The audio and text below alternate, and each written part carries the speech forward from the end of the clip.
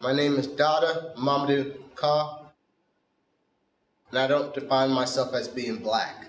Hold my hand, ooh baby, it's a long way down to the bottom of the river. Hold my hand, ooh baby, it's a long way down, a long way down. If you get sleep or if you get night, the cock's gonna call in the morning, baby.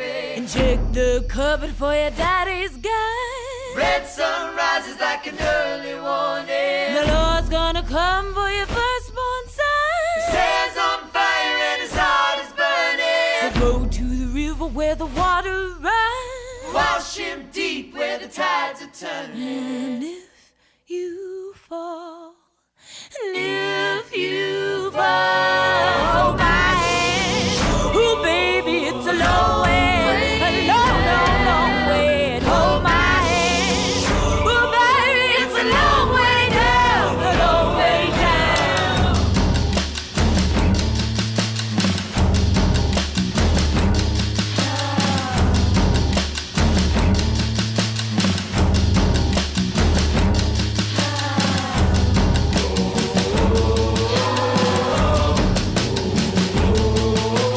Hold my hand, long way down to the bottom. Hold my hand, it's a long way down, long way down. Hold my hand, oh baby, it's a long way. Hold on now, hold my hand, oh baby, it's a long way down, a long way down. What does it mean to be black? Is it the color of my skin? The size of my lips and nose? The music I listen to? Hell, is it how far my pants can sag to the ground? Or is it our legacy? A legacy that's been tarnished by ourselves and the white man. Most blacks believe in a religion there's not even their own. Christianity wasn't our original religion. Islam is definitely not our original religion. So what does it mean to be black? Hi, I'm Jamal Bell, art and design graduate student. Well, the thing about it is that it's a very kind of like controversial question. Consider it to be like a privilege to be black. We have so much history, so much culture, so much pride with it.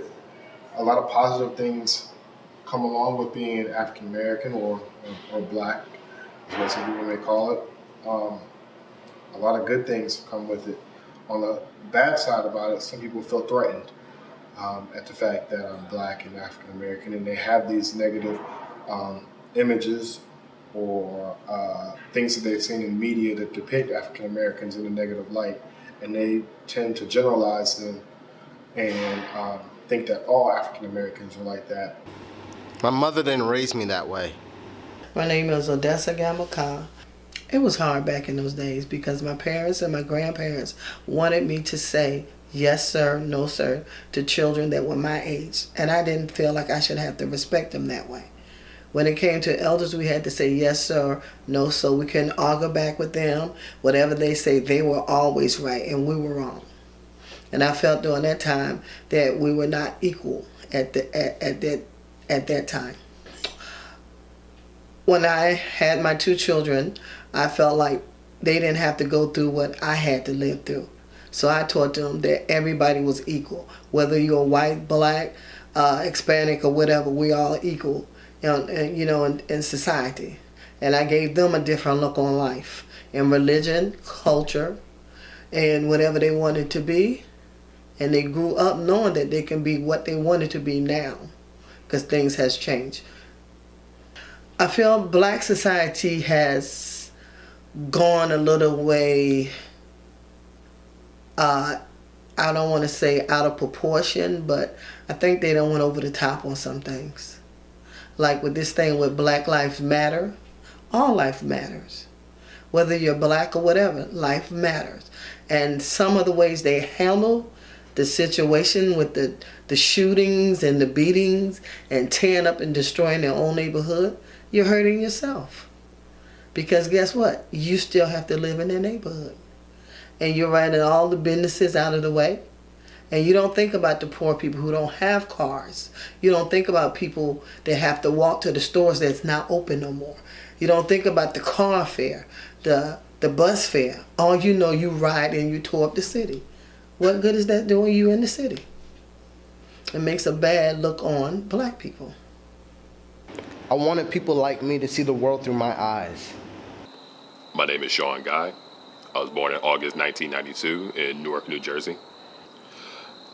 Experiences that I have to deal with and continue to deal with day to day is nothing outrageous that you'll probably see in films or anything like that to kind of scare you, but it's still, it's still alive and out there. Usually just getting out of the car, I'm on my way to work, and people will lock their door like 200 times on their car. You can hear the constant beeping as they're afraid of me because of my appearance. It shouldn't matter that I'm black. Well, when I first, should I say you? Should I say when I first met you? Or should I just say DeWoda, like in third person or some bullshit? Yeah, when I first met you, I already could see that you were going to be a pretty unique person, for better or for worse. You could take that however you want it. In general, though, the one thing that it didn't surprise me or anything, but it just kind of threw me off guard was just how much you basically kind of hated yourself or hated the situation that you was in as far as being black. And it's like you can't really control that. And it sucks that, you have to go through a little bit more hardships, but it's who you are and it's what you gotta, it's what you gotta deal with.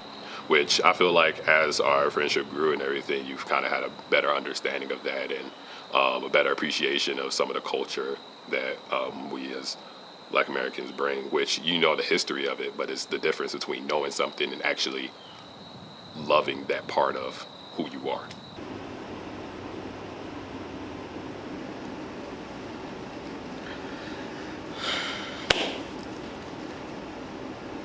A couple weeks ago, a person in our class of a fair complexion said, "You should make us care." I won't lie to you. That statement haunted my dreams for a while. Because I'm thinking, why should I make you care that a race of people are being discriminated against? Why should I make you care? You are supposed to be a human being. That should hopefully mean something, but it probably doesn't. And another thing that always just stuck on my mind is, how can you make a group of people care when they never had to go through what we had to go through? How do you make a group of people care when they don't have to wake up in the morning and worry about the cops pulling them over and them getting shot? Because the sad part is, you can see all that on the news every morning when you wake up like it's nothing new. And that's the sad part about it all. So that's one of the reasons why I made this documentary. Is in the beginning, I tried to make you care. But I came to a conclusion is, I don't care anymore. I don't want to make you care. Because I realize in trying to make you care, I'm wasting my own time. When I could just be using that time just to be me. To be happy. To live my life. So this video is my closing statement. I'm not trying to make people care. It's just, it's annoying and it's sad that as a human race, people don't care about the suffering of their neighbor unless it truly affects them. And it's a horrible thing to say, but it's the truth. People are just horrible. So, but that doesn't go to all people, because through my life, through my journey, I have found people that are like-minded like me, that I don't have to make them care. They naturally care.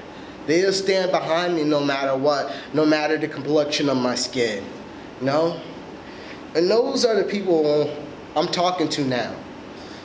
Those are the people I want to say thank you. Those are the people who brought me from a dark time in my life and realized that I'm truly not alone. Because believe me, there was a time when I truly felt I was alone. Those are the people I'm going to live my life for.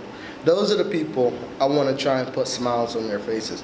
Those are the people I want to tell my kids about and their kids about. Those are the people I feel like who have made their stand. And eventually, I believe there will be more of those people. And this whole racism and discrimination will never truly be gone, but you'll rarely hear about it.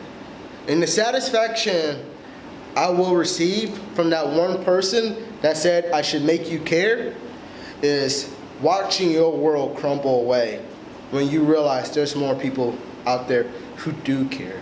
Eventually, your group will be the minority. And hopefully one day you would want somebody to care about you and how you feel. So that's how I feel about this subject.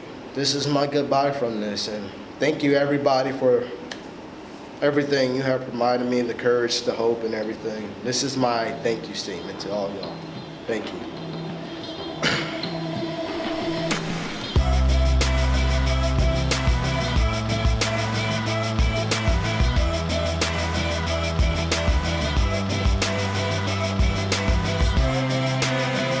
You can get on your computer.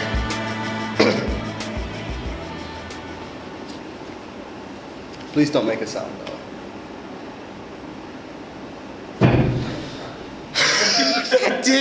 I'm sorry. You don't want a chair? So I'll wait to record.